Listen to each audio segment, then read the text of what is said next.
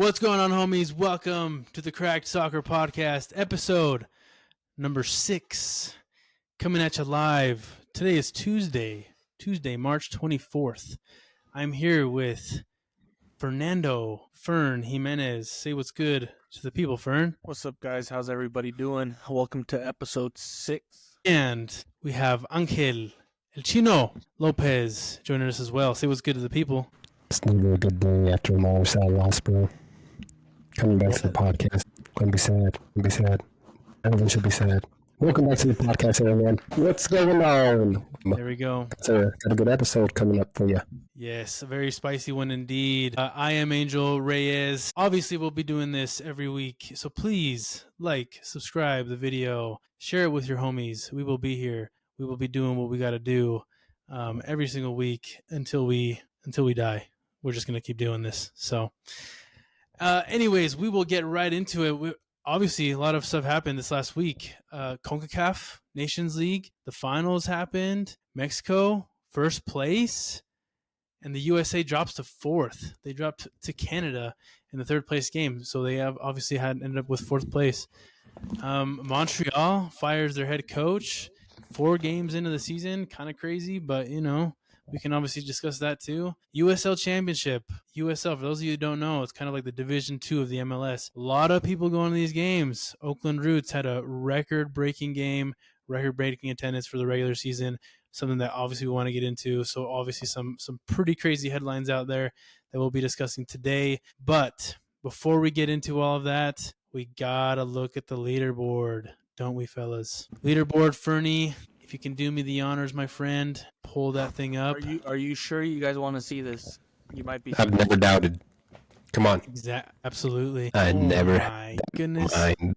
Look at this. We got Lopez in first place once again. He's just keeping it rolling, man. 29 correct picks. You're on his tail, bro, with 28. What's your secret, my guy? Just do whatever he's doing. Can't get away from me. No, exactly. I feel like I could have done better. I feel like I could have taken the lead this week if I didn't try too hard to get that, special game, because I don't think there was any, I guess there was one upset game that we all picked, which was the Vancouver Whitecaps. Chicago Fire was definitely one. But, those were out, the one that I regret was the LAFC versus whoever they played, or Sporting Kansas City. Yeah. I don't know why I went Kansas City. I was just trying too hard. I'm trying too hard to get to the top. It's making me go crazy. Yeah, well, sometimes you gotta follow the strategy of the guy that's in first place. So it is what it is. I am in last place, but I'm not far behind, so it's okay. Lopez, I know you had mentioned at the beginning last week during this leaderboard session, you're kind of going with the underdog pick for most of your picks, dude. Is that kind of the secret sauce right now? Or are you just kind of picking upsets, and that's what's making you at almost 80% this week, I believe it was? I don't know, man. I just trust my gut. I look at the game holistically. I look at who's at home, who's away. Are they going to be tired?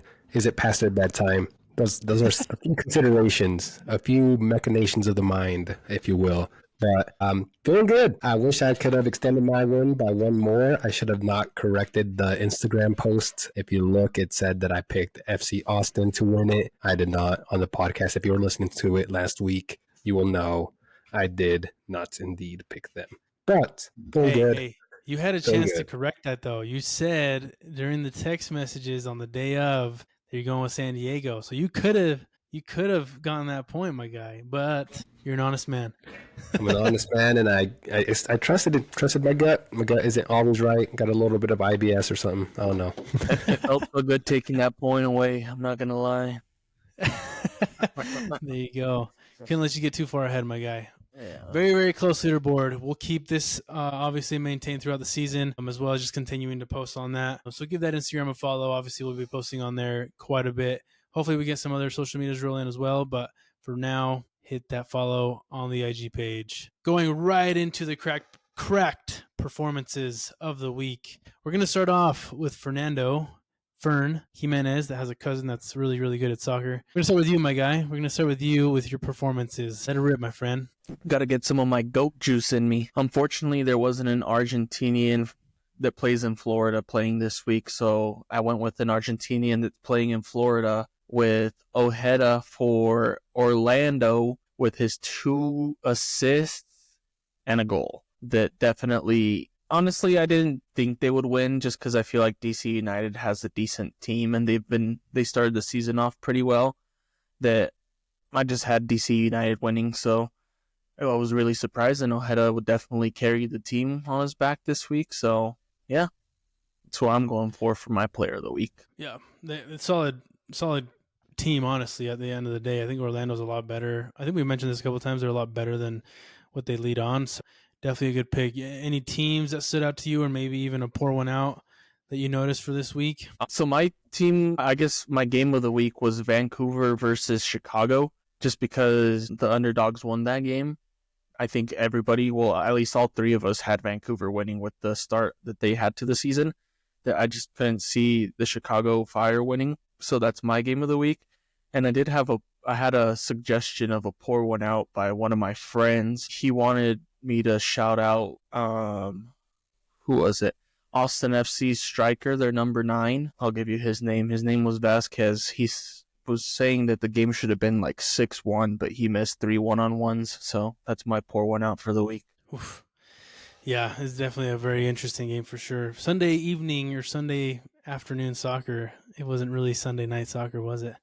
Yeah, I wonder if they didn't do Sunday night soccer because of the CONCACAF Nations League. So who knows? Yeah, probably. Yeah, I'm sure that had something to do with it, or maybe because Messi wasn't anywhere in sight. Who knows, right? He needs his breaks, man. The MLS needs to shut down the league when he's not playing. Yeah, they all need to just take a Messi break when he's injured, right? Because last year I was so curious because they went out first round of the playoffs. I was so curious to see if they had like viewership numbers of like that first round down to the next couple rounds to see if it stayed up. So. Yeah, that is interesting. Well, good picks, my guy. I love it. I love the pour one out as well. Very good picks. I'll go next. I'm going to go with my team, my correct team of the week. Definitely got to give it up to Charlotte. They obviously beat a very good San Jose team, 4-1. At the end of the day, I think Charlotte is a very great team, right? They have a very good squad, but I think this win obviously just brings them up into one of those top rankings where you kind of have to look at them and say, yeah, they could be legit. They could be very serious. I also was going to mention this. Have you guys watched that Apple series on the MLS called like Onside? Okay. I have not. I haven't. Very good series. It's like a documentary kind of last year's season. And they did have somewhat of an episode on Charlotte while they were trying to sign like a new player, right? And basically in the episode, the player they're trying to sign is Marco Royce. They wanted him to go to Charlotte, but he ended up going to LA Galaxy, right? And so throughout the episode, you kind of can see how clearly it's very difficult to sell Charlotte or North Carolina to somebody coming from Europe, because who doesn't want to go to Los Angeles, right? There's obviously a huge market, celebrities everywhere. And basically they lost Marco Royce to Galaxy because of that star power, right? Because, hey, they offered him more money, but at the end of the day, they sold him on California instead of, the money or the experience or the fan base, right?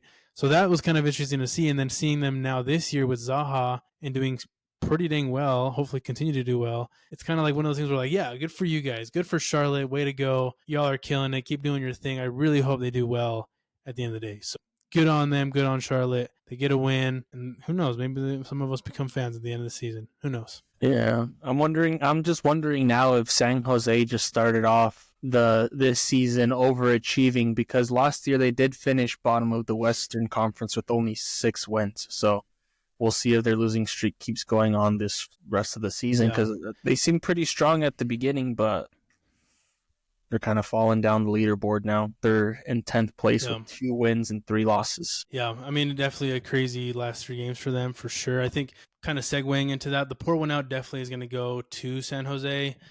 They definitely, 3 losses in a row is pretty tough to come back from. It's, morale-wise, it's very tough. But I will give them this one because the international window, the international break, their star midfielder was definitely out. I believe he plays for Venezuela. I forget exactly his name, but he was out. So I should have been paying more attention to the international window and probably chosen some more other picks due to some of the players being out. But yeah, San Jose, strong start, man, but 3 losses in a row, tough to come back from. Hopefully they can pick it back up once after this week, and kind of keep it going forward.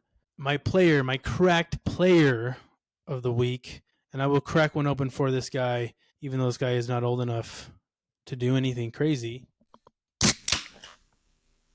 David Martinez for LAFC. The kid is 19 years old, and he has 2 goals on the season, and he pretty much kind of started the win for them against Kansas City this last weekend with a goal. So crazy for him. 19 years old. He's leading. I think he's a top goal scorer right now for LAFC. And obviously, he's kind of leading the pack up there up top. Very, very strong striker. Very good player in general. David Martinez, dude. He's from Venezuela, I believe. Dude, you're killing it, dude. Keep doing what you're doing. Give some of those forwards a run for their money. And hopefully he can start starting some of the other games too. But hats off to him. Crack player of the week for me. Good on you, man. Next up, Angel Lopez, El Chino. Round us out with your crack performances, my guy. Awesome. I'm going to actually start out with my pour one out, get the sadness out of the way, move on to some more joyous things here. Pouring one out for my boys on RSL. Red card early. Lucho Acosta missed that PK, and he still made up for it, came back, and ended up beating RSL. Down a player. Got to pour one out for my boys here in the saltiest of lakes. But, well, and at home. And at home. And it hurts a little bit extra. But I will crack one open for my boy, Pep Bill on Charlotte FC. I was the one to, again, select Charlotte winning this. I don't know about these 2 other guys here. But Pep Bill was looking really good that whole game.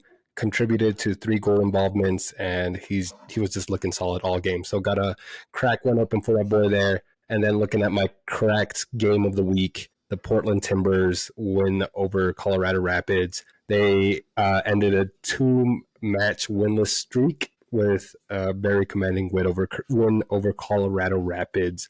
Was feeling good about it. Last week, Reyes, I'm sorry about that one. Those are my cracked players, game, and my pour one out for this week.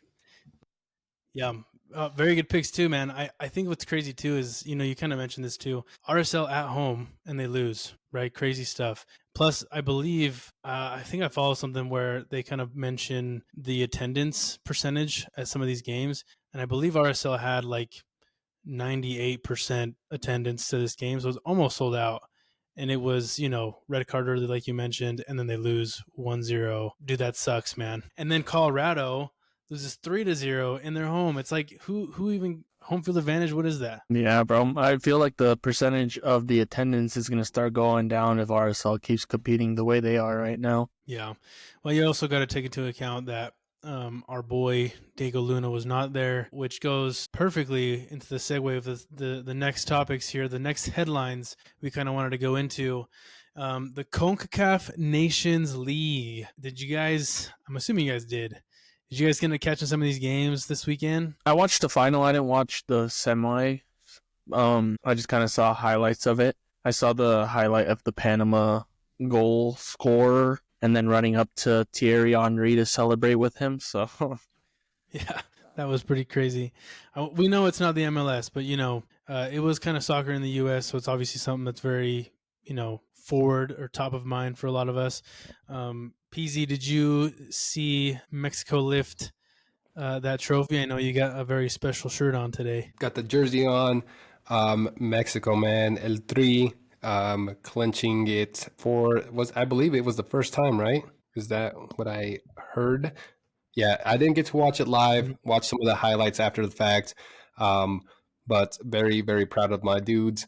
We'll see how we do as we continue into the World Cup, man. I'm very excited to see this team, but I'd never get my hopes too high with Mexico, if I'm being completely honest. You always have to have them high so you can be disappointed. Exactly. There you go. Yeah, we'll get into those too for sure. I think just to kind of start really quick with the Nations League, obviously the USA falls in the semifinal game against Panama, 1-0. Very tough game to watch, to be honest with you guys. Not sure if you guys watched this one, but obviously a lot of the craze around social media and around a lot of the analysts, you can kind of notice that, a lot of them kind of debate if a lot of them are, playing for the right reasons, if they actually care to play for the national team. Watching that semifinal game, it definitely was hard to watch in terms of, their want to play, right? It definitely wasn't at the level that it should be. A lot of those duels were definitely lost just for, I don't know. I feel like they just didn't really want it at the end of the day, right? So that was a very tough game to watch, the semifinal game. I don't know if you guys watched it, but it was very low quality game, and then the attendance was very slim, to say the least. Did you guys at least see that post on social media? Yes, I believe one of you sent it to me, but it very sad showing. But I don't know. What do you guys think? What's contributing to this? I don't know. With the way that the U.S. has been performing in the last few years, it seemed like they were on a pretty high trajectory, especially when they got Mauricio Pochettino. I'm like, he's a world-class coach. He's been to Champions League finals. He's coached some of the best teams in the world. And I was like, the U.S. has a really talented team. They have Pulisic. They have Bologna. I don't know how to say his name up top. They have what's his name? The left back that plays for Fulham. Yeah, Tim Weah. They have Kenny. Yeah. Who's the left back? Robinson? Is that what his name is? Is that what it is? Oh, I think so. Yeah. I think that sounds familiar. Honestly, when I saw that they lost to Panama, because I said, I didn't watch the game. I just kind of saw when they scored, and I was honestly surprised because with the way things had been going in the last few years, I thought the U.S. has a better team than Mexico for sure. And I was honestly surprised that I was a bit disappointed that they lost because I wanted them to go to the finals so Mexico could get the revenge game. And then, it's a rivalry game. Everybody wants to see the U.S. versus Mexico in the final, so it was a bit sad. But then for them to go out to Canada as well in the third place game was honestly I don't know. Canada has also improved a lot. So yeah, for sure.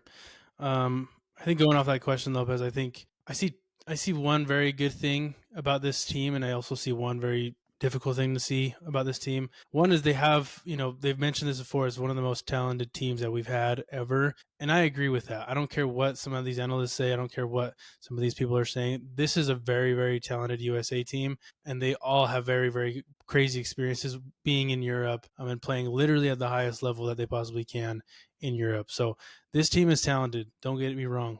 Yes, they lost to Panama in the very first game. There were hella chances, though. They definitely had opportunities to score, but that last little bit of hey, we need to score, we need to win, it wasn't there, right?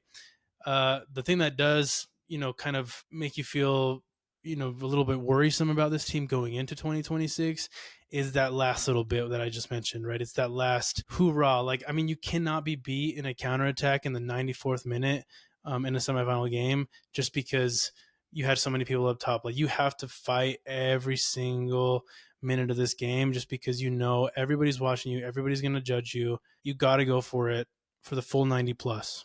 It is what it is. You just have to do it in any situation. You just got to go for it 100% every minute. Yeah, and Pochettino definitely needs to get some of those established players out of there. If they're not playing well, sub them out. If they're not doing something, you got to get them out of there. I don't care if it's Pulisic. If he's playing bad and he's holding the team back, you got to take him out and put a Diego Luna in there, and then just let them know. Don't get comfortable. Your spot is not guaranteed. Your spot's not guaranteed. If you're playing good for your club, but you're not playing good for your nation, then you shouldn't be starting and playing if you're not going to give it your all. Because I see that they also have Zach Steffen in there in goal as their backup, and he's been playing pretty good in the MLS. So why not? I understand these people are playing out in Europe and whatnot, but the MLS is the American League. Why not give some of these MLS players a chance, especially in goal? With Turner not even, he's their number one, but I don't think Matt Turner's the best goalie ever, to the point where he shouldn't be challenged in this position. Be like, you know what, you're not doing very well. Let's get somebody in like Steffen that plays in the MLS. Yeah, for sure. You made a good point too. I don't know if you guys watched the fourth place game, the third place game against Canada. Canada was running all over them, sure, but the one person that did stick out literally for me, and I think everybody on social media also saw this, Diego Luna is a baller. We've said this multiple times on the podcast. Thank goodness this guy's in Real Salt Lake. It makes me want to go to the games. He's so good. But this guy, man, he goes 100% every single run. It's almost like this guy doesn't get tired. It's pretty insane to watch him. But the guy was just every duel, every fight for the ball, every opportunity, every mistake, like he made it known that, hey, we need to be better. We need to do this a lot better, and we need to pick this pace up. The guy played his ass off, dude. Hats off to Diego Luna. What a freaking player, dude. I hope he stays on this, on the men's national team. I think he'd be a great addition to 2026. But dude, the guy's good. That's all you can really say. He's a great player. Absolutely. Well, thanks, boys, for sharing your thoughts on that, cuz that I don't know. It is going to be interesting to watch the USA moving forward, but only time will tell. And I don't know. I like what Fern was saying. Like, if they can't get too comfortable, they may be good in whatever club they may be in, but I can see, like, maybe it will light a fire under them if you bench them next time. I don't know. Yeah. Alas. Yeah. I mean, they'll have another chance, right? Gold Cup, I think, is coming up in the summer. So that's something to kind of look into right before the World Cup next year. But that's the thing, is we're how many days away from the World Cup? It's probably a little bit less than a year, or a little bit over a year now, but, until the World Cup 2026. So we'll just have to keep an eye on them and everybody else just going into this, because the CONCACAF, it used to be Mexico, USA, top dogs. Canada's crept in. Panama's crept in. El Salvador is getting better. Guatemala's getting better. Like, people need to kind of, understand kind of what's going on. Like, these teams, they used to be people that we can just steamroll, but look, we're losing to Panama. Like, it is what it is. Yeah, and you know what? That's even better for us, because it sucks for you when every team is super easy to beat, because you're not competing. You're not getting matches like in European teams where there's a lot of good teams and everything where, yeah, you think you're good and you are good. Mexico and the US have good teams, but they're not up to par with some teams at times, because if they beat like a big team, it's usually like a very big thing for them, So I just feel like as the competition grows and everything, it should be better. And I hope more players from Central America and stuff like that come play in the MLS or out in Europe and start competing at a higher level, so we can get more competition here. I don't want the US and Mexico winning everything. Yeah, for sure. But we will say Mexico did play a great tournament at the end of the day. I think we mentioned this last episode. Fernando's cousin is just so good at soccer, dude. He's very good. Obviously, coming off of that head injury a few years ago. Hats off to him, man. I mean, the guy balled out, dude. Way to go. I do believe, too, and I saw this, I don't know if you can find this, Ferner Lopez. From my understanding, the formation for the semifinal and the final had Santi and Raul Jimenez up top, and I believe that formation came from an idea from Rafael Marquez, which is not the coach, by the way. He's the assistant coach. Okay, he's the assistant, so he is the assistant for the national team? Yeah. Okay, so from my understanding, he had the idea to basically put in that formation, and they rolled with it, and look at where they got him. I mean, here's a good little Lopez lessons, and I'm pretty sure you know who this is, but Lopez, you know who Rafael Marquez is? Si, senor. Who is he, dude? He's a player on the U.S. the men's national team for Mexico. Like, back when I was a child, man. I think I recall watching him play with like my dad, like when I was a kid. So it's a household name. Yes, it is, absolutely. And he also, do you know what club he played for a very long time? I hope it was in America, but was it Chivas? No. He Where did he go? Was he go? Did he go to Europe? Oh, sorry. Yeah. Bernie just said it, but I don't think you heard him. I didn't catch it. Did he play for Barcelona? Because Fern's very excited. Yeah. Okay. Yeah, he played for FC Barcelona very long time, and then he had a career there, did great, played with some legends, right? And then he ended up coaching, I believe, the FC Barcelona B team, and he did very, very well. And then I believe just recently they let him go, and sounds like he's now on the Mexico national team, but I hope he continues to do so. But it sounds like the guy has a mind for it, right? So hats off to him for having the formation and basically allowing them to win this tournament. Yeah, because the thing that the commentators were talking about is how the Mexican national team hasn't been very disciplined in the past for like players like Chicharito and Carlos Vela when he was like in his, when he was in his prime, he wasn't even playing for the U.S. or why do I keep saying the U.S. for the Mexican national team just because of he was getting in trouble. They were going out drinking before games, doing stuff like this. And like from what they were saying was, Rafa Marquez and the new coach come in and they're like, you know what? Kind of like what I was saying, like you're not guaranteed a spot. If you want to play, you got to fight for it. You can't go out and be drinking. This is discipline. This isn't a joke. Like if we're going to be in Vegas, you can't go out and drink and stuff like that. Like you have to put in the effort to get into this team because we're not here to have fun. We're here to win. Yeah, that's good because I do know the Mexican national team is very notorious for that. Definitely a big party team, from my understanding. Which, everybody has their stuff, but when it's this important, when you have a nation that's so prideful for winning leagues, winning games, you kind of got to put some effort into it and really put your all into it. So, but my last little Lopez lessons from this whole thing, though. Lopez, do you know, and this is going to sound really dumb, but it'll go somewhere here. Do you know what a penalty, like how a penalty is called in soccer? If a foul is committed within the goalie box. Yeah, exactly. Yeah. Exactly. It is, yes, correct. It's a foul, and it is a direct shot, right, in front of the goal. It's, I believe, like 12 yards from the goal. It's a direct shot. And the other team or anybody from the team can't enter the box until the ball is kicked, right? Do you know any specific rules around how to take a penalty? I don't know. All I know is that Raul Jimenez did that little, and then like faked them out. Yeah. Yeah, so that's something that I was kind of getting at in this one. So there is definitely a rule around kind of like feints, right? But from my understanding, you can feint. Like you can feint or pretend to kind of kick prior to kicking the ball. But when it's your last step, like when your plant foot no longer moves, you can no longer feint. Like it has to go, right? And from my understanding, it was always, hey, you got to continue the run. And the reason I bring it up is because this Raul Jimenez penalty was a little sus, I thought. A couple of times when he was kind of running up to the spot, he stopped. I feel like he stopped or almost like stepped back. And I thought you couldn't do that in a penalty. I thought you had to continue like a forward motion into it. And a lot of these penalties nowadays, if you watch Messi, watch anybody from the Spanish national team, or any of these top players, some of their run-ups are pretty sus. And I think, you kind of look at Raul's penalty and you think, dang, like that was a lot of stutters, and I'm surprised he didn't mess up because that was a lot. But hats off to him. I just wasn't sure if you knew exactly like the penalty side of everything, but I'm glad you do because it's a pretty easy one. I wanted to give you a little softball. Yeah, I feel like he gave more of a heart attack than the goalie because he just kept getting closer and closer. I'm like, just hit it because if you're gonna miss, but I think it's more of like the follow through. Like if you're running up to it, you can kind of stutter, but once you get the like motion of like kicking forward, you can't like plant, start kicking, stop, and then kick once the goalie's like gonna move, So yeah.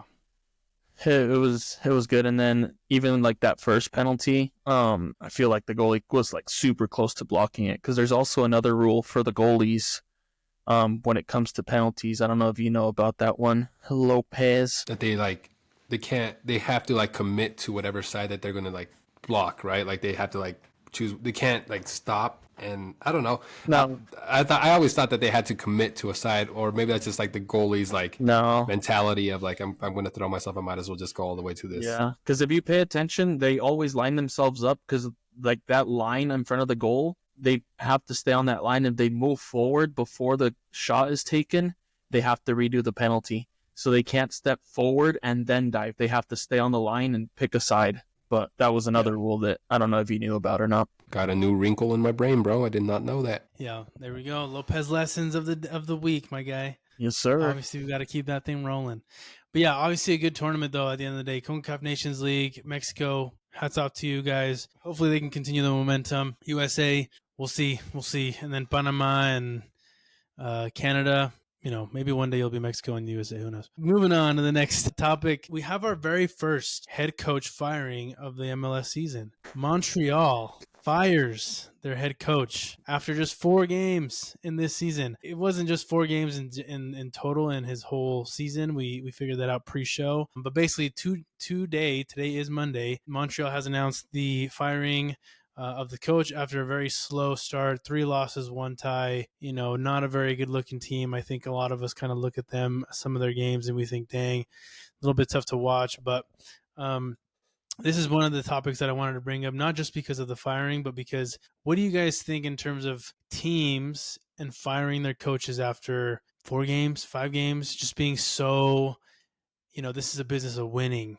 You think it's a good thing? You think it's a bad thing? What do you guys think? Their entire job security is winning. Like, the franchise wants to make money. They want to attract fans. They want to get people in seats. They want to attract talent. And if you're not winning, then I'm sorry, bud. Like, you're 0-4-1, like with 1 tie. So you're struggling. The team needs to figure it out. So it's my thoughts. Yeah, because I'm looking at his stats currently, and he had 45 matches with Montreal, and he had 12 wins, 12 draws, and 21 losses. So it kind of seemed like it was leaning in that direction. And last year they did make it to the playoffs, which, I mean, it's not bad. And then they ended up losing to Atlanta United in penalties. But honestly, like Lopez said, that's the job security. Like, you're going to get fired if you're not winning. And it kind of sucks because this was his first head coaching job in a MLS team. Before this, he was on Columbus Crew 2, which is kind of an affiliate of Columbus Crew. And yeah, if you're not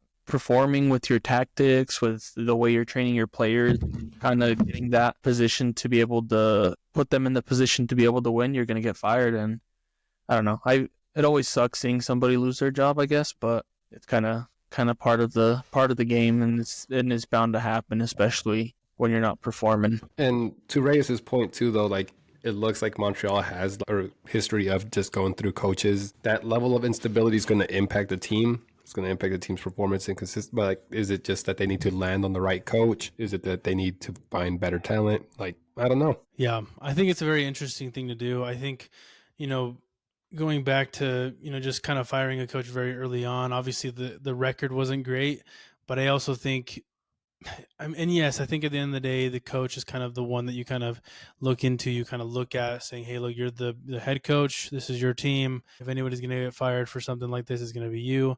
But at what point does Montreal say, hey, maybe it's not the coach. Maybe we just need more leaders on the team. Maybe we just need a better, team culture, team kind of vibe where, we're just not, they're not performing well. So what do they need to bring in to make kind of that winning attitude happen in Montreal, right? Because I think a lot of times when you look at, teams that are successful, like, yes, they have a good coach, but it's also because they have strong leaders on the team, and these leaders are not just, talented players, but they also know how to bring the rest of the team along with them. They know how to make sure that they're doing their part. They're not going out doing crazy stuff, but they're, in general, a team and a high performing team. That's just my take on that too, just because I don't think it's just one person's fault, but I understand that you kind of have to put the blame on the coach just because he is at the top of the helm. But from my look, from the outside looking in, it looks like Montreal has a bigger problem than just their coach, and it's going to be a rough season just letting go of your coach. And then you're probably just going to, hire an assistant or make an assistant kind of become the head coach now. So it'll be a little bit rocky for a while until they find that stability from my lens. So yeah, and then they did have Wilfred Nancy as their coach, which in most recent times, 2022, it was their best win percentage, which was 59% that year, and they ended up making it to the quarterfinals of the MLS Cup, and they had a really good coach in Wilfred Nancy, and the owner decided that he wanted to kind of make some comments, and the coach didn't really like it, so he ended up leaving the team and going to coach the Columbus Crew, and I believe they even ended up winning the MLS Cup the year after he left. Dang. No, it's tough. And I'm going to go back to this, then we can move off on this one if you guys don't have anything else to say. But again, going on that documentary, the Onside documentary from Apple about the MLS season last year, one of the things on there too, they go into, so last season, but they also followed Atlanta United, one of your teams there Lopez. They follow Atlanta United and kind of their run into the playoffs, right? And so the crazy thing about Atlanta United is they were doing very, very bad. I think it was like 11 losses in a row that they had last season, and it was just complete mayhem, right? And so they end up firing their coach, and they make one of their assistants a head coach, and this guy just goes on a run. They make the playoffs, they win the first round, and they beat Messi in one of the playoff games, right? So they made it pretty far with this like interim coach, and then at the end of the season, they like let him go. And in the whole, documentary, it's like, we trust you. You will give you everything you need to be successful. And then at the end of the season, like, we found another guy. See ya. It's like, dude, why would you do that? He did so well. He brought the team back. Like, why would you not make him the coach? Like, I thought it was the craziest thing just to see that. It was nuts, man. Some of this is a brutal business. I get it. But how are you going to build a culture? How are you going to build a team up when you just have this coaching carousel for years? Bring on Ted Lasso. There you go. There you have it. Save Atlanta United. There you go. Nice. Well, yeah, obviously there might be more, firings in the future. Who knows? LA Galaxy's got some little issues too, so maybe they're next. We'll see. Next up, the last little topic that we kind of had for today, USL. The USL Championship sets an attendance record with the Oakland Roots game. I don't know if you guys saw that. But this is a goal.com story. The Oakland Roots set the USL Championship attendance record and sell out against San Antonio FC. You guys probably don't watch the USL too much, but San Antonio FC is a really good team. They've won the USL quite a few different times. But they basically had to ask for a little bit more room in the stadium just to sell a little bit more tickets. But they ended up selling 26,575 tickets to this game. And previously, their highest attended game was like 6,408. So big uptick in terms of attendance. I think this is like something that's very hearing almost of what's to come in the USL, what could potentially come in the USL.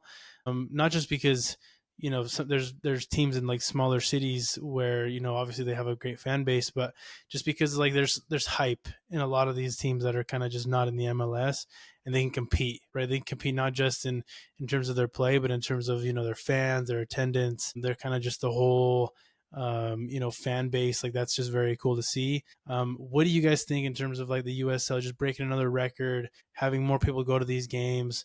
Like, do you guys see this as something that's just going to continue to come up? I almost feel like making a little segment to talk about the USL, maybe just the top headline about the USL, like reoccurring on this episode, on these shows. But what do you guys think about that headline? I always appreciate competition when it comes to anything, honestly, just because I guess, the MLS kind of has like a monopoly over like soccer in the US. So it's nice to see like a bunch of like the smaller leagues being able to get a bunch of fans in and stuff like that. That way, hopefully it pushes the MLS to change something that they're doing to be able to get more fans in. I don't know.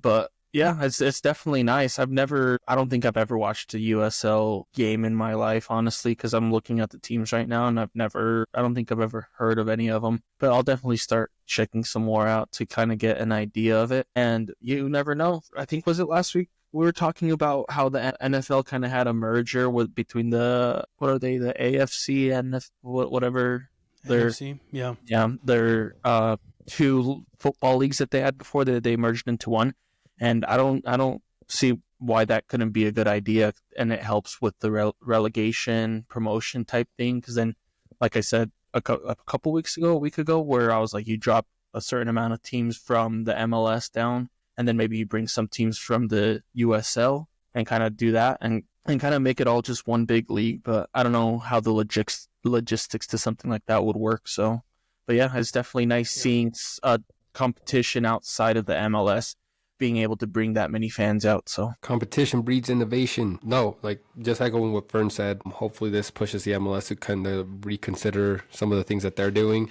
Look at what the USL is doing right and try to emulate some of those things. And I do think it'd be cool to see maybe one day what the future of soccer can look like here in the United States. But But yeah, very cool. I was just Yeah. looking at some of the attendance of like within the MLS games, and it's pretty cool to see that the USL is attracting such a strong fan base on their part. Yeah. Yeah, and they have a very good, very cool teams, very cool logos. I think just kind of the hype around it, like as being that second division. Some of those games are very like, hey, we want to play very well because we want to go to the MLS, right? So that competition is very high. I would love to see some form of a merger, like you said, Fern. I think you've even mentioned that too, Lopez, where the MLS and the USL kind of merge and they become one, and they do have like kind of like an Eastern Conference, Western Conference, or whatever you want to call it, right? I would love to see that, and I think the one thing that I would love for them to keep, and some of the things that I think distinguishes the MLS or the soccer in the US more from European and other leagues is the playoff format, right? Because I think it's the most American thing is that playoff format. Like the last thing I think people want to see in the US is 36, 40 games being played out. And then at the end of the season, like there's one winner. I get it. Like there's a lot of all the season, literally every league does that. Almost every league does that. And it's a great format for some people, right? But for the audience here, we love March Madness. We love the NFL playoffs. Like we love to see the number one ranked team go against the eighth or the bottom seeded team and just the last place team beat them. Like that is freaking awesome. Like we love that shit. You know what I mean? So I just hope that if that does happen, we maintain that playoff format because that to me is what sells the sport in this country.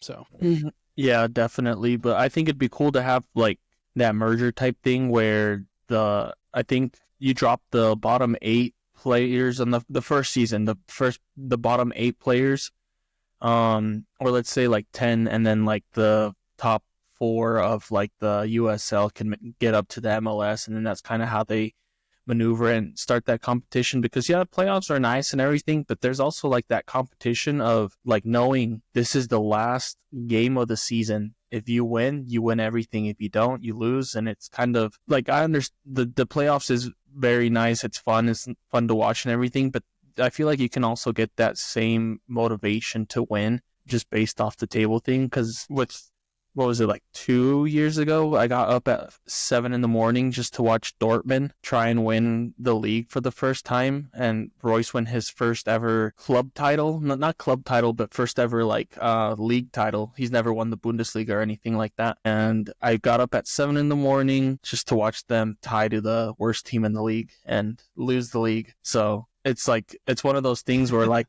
it's like, oh, that's it. Yeah. There's no playoffs, so it's over. So it kind of gives you that motivation to just, this is it. Like we got to do it now.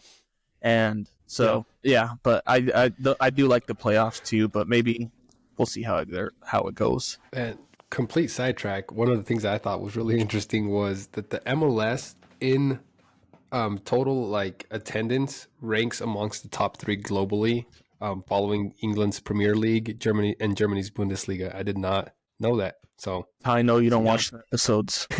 Yeah, we've discussed it a couple of times, but yes, they definitely have, the attendance. Like we said, we have people, and I think you might have been out the week that we discussed this too, Lopez. That was the week you were out.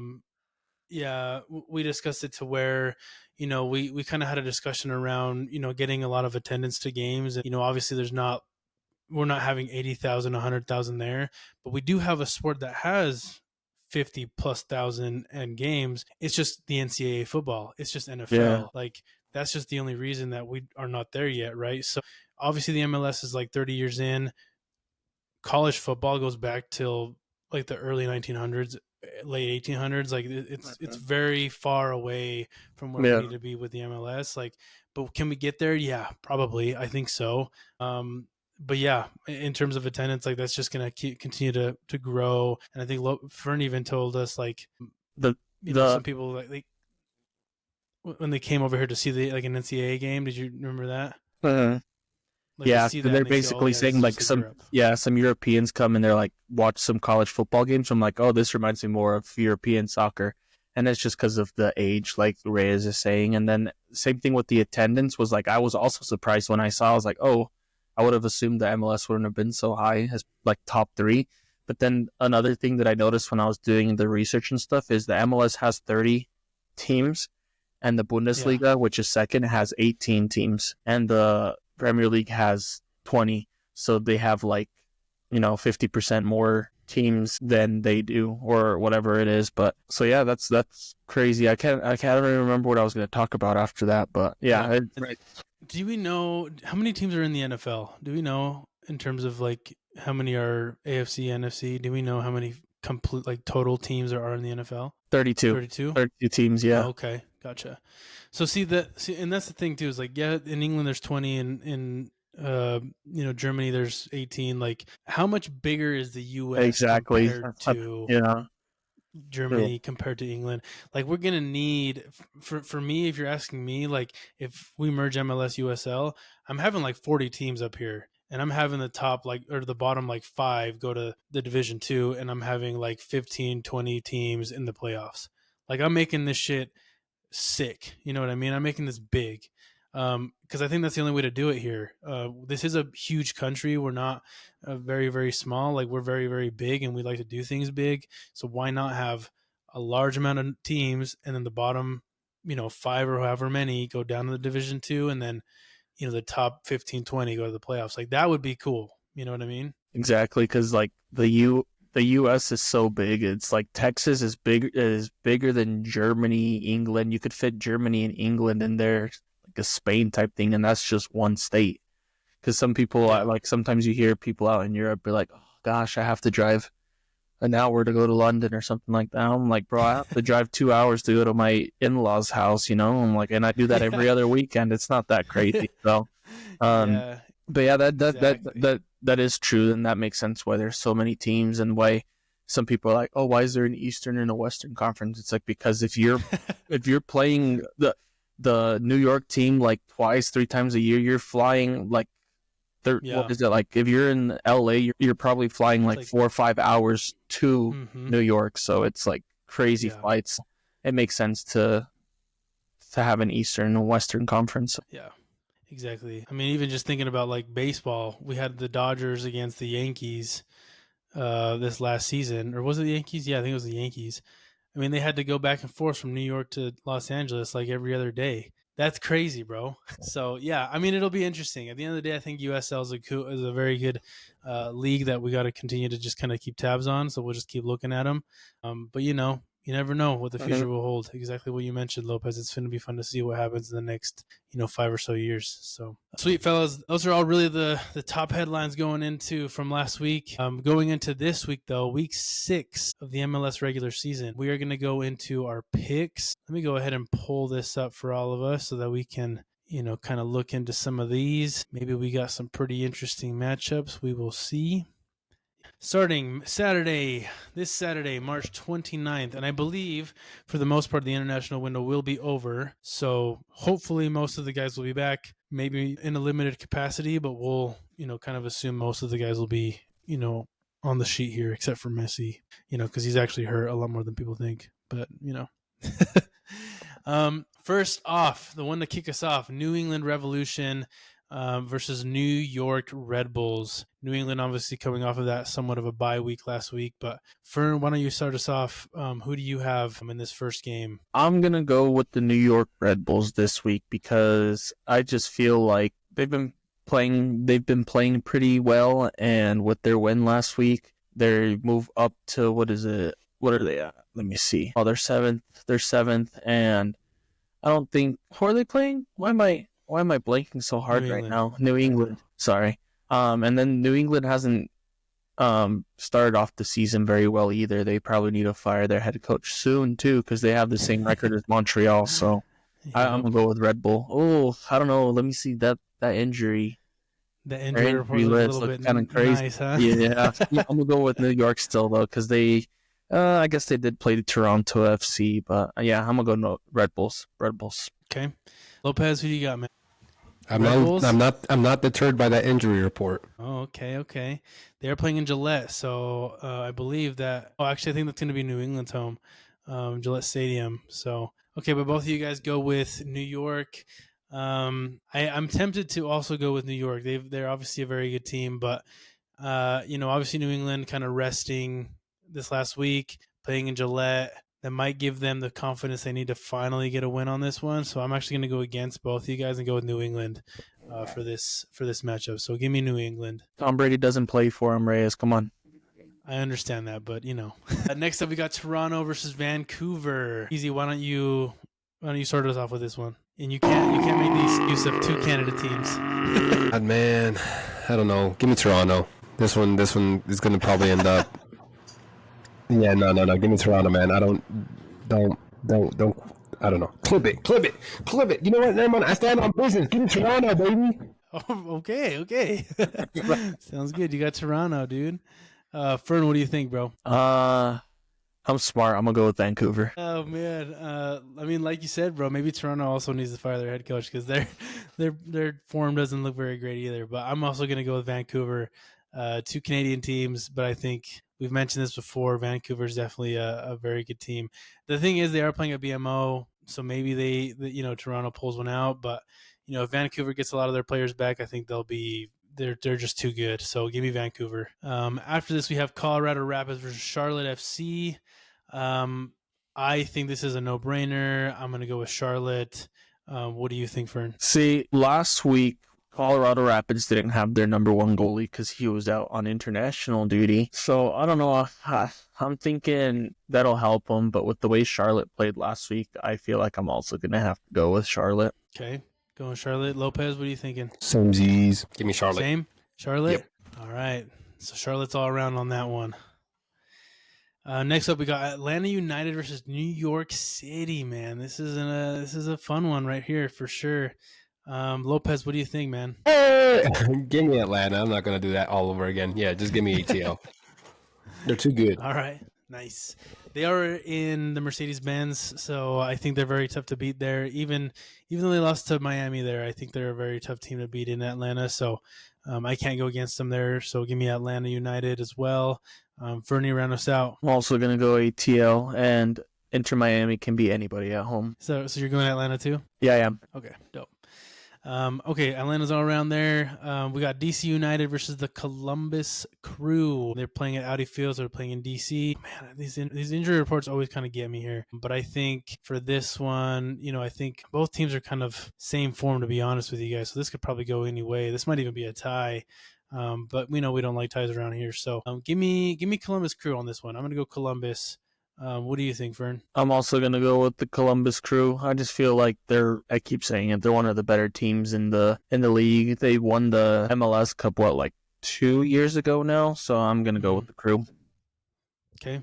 Lopez? Nothing too exciting for my part. Give me Columbus Crew. Okay. As well. All of us with Columbus on this one. And next up, we have Inter Miami versus Philadelphia Union. Very interesting game here. I think I know who Fern is going to go with. Fern, why don't you tell us who your pick is? You know what? Philadelphia is a really good team, but Inter Miami's better. So I'm going to go with Miami, even though I feel like Messi might not play just because. See that right there? Yeah, I see that. It says mid-April. Mid-April, is that what it says?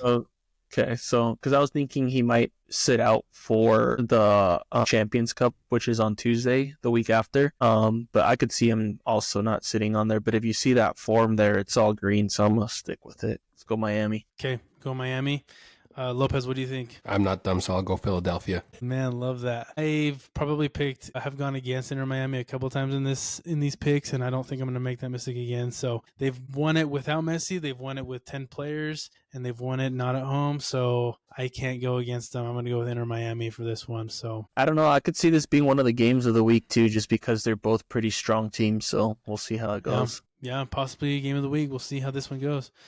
Next up, we got Chicago Fire versus CF Montreal. Montreal obviously having that bad, that bad streak going, letting go their coach. Chicago looking very good. I'm going to go with Chicago on this one. What do you think, PZ? What, you don't trust the assistant coach stepping up, bro? You don't believe in the magic? No, give me Chicago Fire.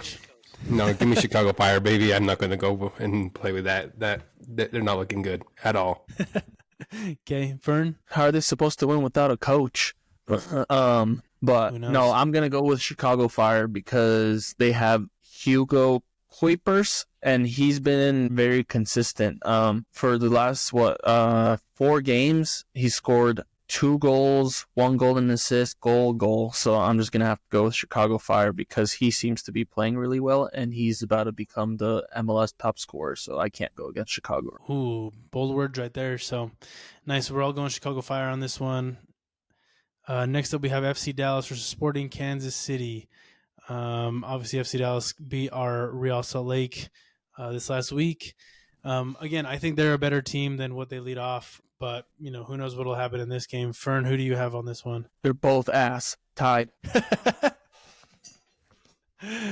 Love it. Are you really going with a tie on this one? No, I do think they're gonna tie, but I'm gonna go with give me Kansas City. They like cheap. Okay, good pick there, Fern. I'm probably gonna go with FC Dallas on this one. So give me FC Dallas for this game. Like I said, I think they're better than they look, than they've been.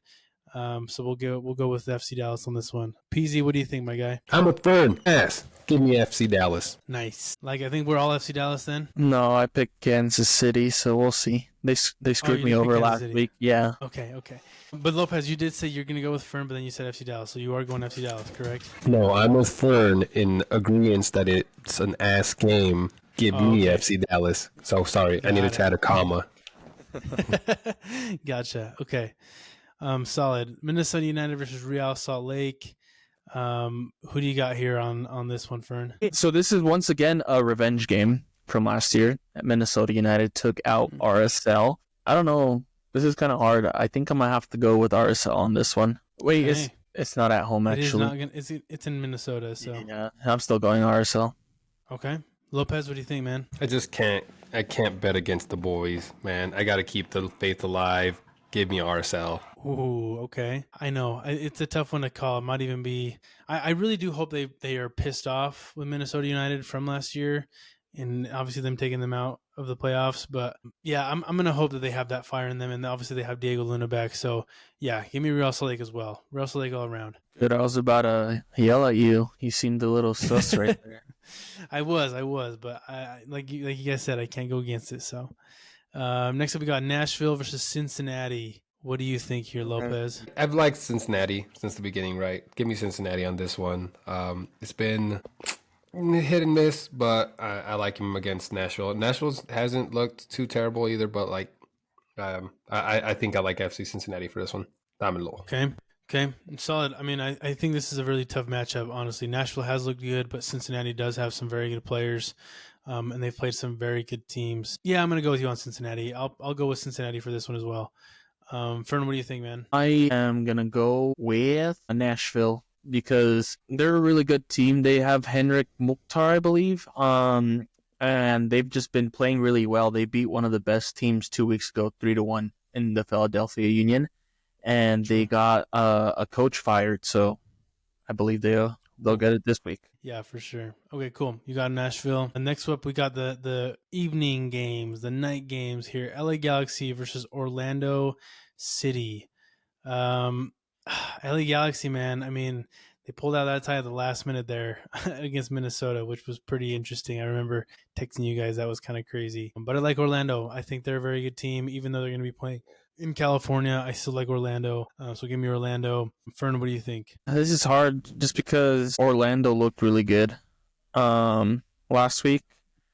And the LA Galaxy has not looked good at all. And they're missing some really big names. Ricky Puig and now Marco Royce, which I realized last week they're missing until early May is what it's saying right there. And I don't know. I just don't think they can compete with Orlando. So I'm going to go with Orlando, unfortunately. Okay. I don't even need to ask you, Lopez, because you made it very clear who you're going to go for here. Because it's this week they're turning it around, right? Is it April yet? Wasn't it April, baby? Almost. It's almost April, but not quite yet. Give me Orlando City. Okay, sounds good. Orlando City's all around. Love that. Next up, we have Battle of the California here. San Diego FC versus LAFC. Oh, this is a good one. This might be my pick for the game of the week here. Very, very good teams here. What do you think, Lopez? Oh, man, it is going to be a good one. I would probably cast my vote for the game of the week for this one as well. I am going to go with my gut on this one and go with LAFC. If Fern also goes with LAFC, he's just copying me. Well, Fern, what do you think, man? A copycat, give me LAFC. Well, dang, call us all copycats, man, because I also want to go with LAFC. So, yeah, this will be interesting, though. At the end of the day, I think this will be a fun game to watch. So, definitely a top game for this next weekend. Last up for the Saturday games, we got San Jose versus Seattle Sounders, playing in San Jose. Fern, what do you think on this game? I believe the Cinderella story is over, and San Jose is losing. Seattle Sounders are winning. It's over? Yep. I don't know if it's done. over. I don't think it's done. over. Cinderella story ain't over. It's just been a tough couple stretches of games. Give me San Jose. They're picking it back up, and they're beating Seattle Sounders, one of the top teams. Give me San Jose. Lopez, what do you think, man? Give me Seattle. I've been a San Jose Earthquake hater for a minute this season just because I don't want you to be right. So give me Seattle. Dude, I think I've picked San Jose literally every week. I'm really hoping they're pretty good. Yeah, I think we've all picked them. I think this is the turning point for me and Lopez is you kind of got to stay committed because you picked them, but I'm done with them. I gave up on Toronto on week 2, which was a smart choice for me. I'll stay committed. It's all good. Next up for the Sunday games, we got St. Louis versus Austin FC. Another pretty good game, I think. But obviously that, injury report looks pretty crazy with St. Louis. But I'm going to go with St. Louis on this one, even though they have a crazy injury report right there. But give me St. Louis. I think they might be able to pull it out with Austin. Austin is a very good team, but we'll see how this one goes. What do you think, Fern? This one's kind of hard. St. Louis is a pretty good team. I mentioned it a while ago that a lot of the teams that come in just kind of start doing very well. And St. Louis has been one of those teams where they play really well. But with Austin FC, they were running through those California teams. 1-0 Los Angeles, 2-1 San Diego. And I just feel like they have to keep that form going, especially with that injury report and having their number one goalie out. I'm going to have to go with Austin. Okay. Peasy? I bet against Austin last week. I'm not going to do it this week. Give me Austin. There it is. 2 Austins and 1 St. Louis. It's all good. Who's home? Oh, St. Louis. St. Louis. Okay. Yeah. So, anyways, if you're going to change, you got to tell me before the game, okay? No changes. No changes after this is posted. Lopez was trying to cheat. All right, and to round us out for Sunday night soccer, Portland Timbers versus Houston Dynamo FC. I've probably gone against Portland like every week, but Houston is pretty bad, I think, even though they tied against Seattle. Who knows? But I think Portland is probably pretty decent, and they can probably take a win, get a win against Houston. So give me Portland during Pride time. What do you think, Lopez? I'm going with Portland as well. They've been looking pretty good. Can't bet against them in this one. Got it. Fern? I'm going Fern, with what do you think, man? I want that cheese. Give me that cheese. You going Timbers? Okay. Yeah. Solid, dude. Solid. All righty. Those are our picks. We will make sure to, get a post out for those. Solid stuff, fellas. Love the episode today. Very good conversations. Very good headlines. Again, congratulations, Mexico, winning the Nations League. Solid stuff. We'll kind of see what happens, going forward with all those national teams and all these MLS teams obviously coming back from the international break. So good on them. Anything else? Any closing thoughts from any of you guys before we wrap this up? Nothing much, man. Just keep watching, keep subscribing. Get us to 2 million subscribers. Subscribe it their way. I'll see you at the top from the top of the leaderboard next week, baby. Oh, calling out the shots. There it is. Once again, thank you all for watching, tuning in. Subscribe, like, share, everything. Thank you all very much for tuning in. As for us, we are out. Peace.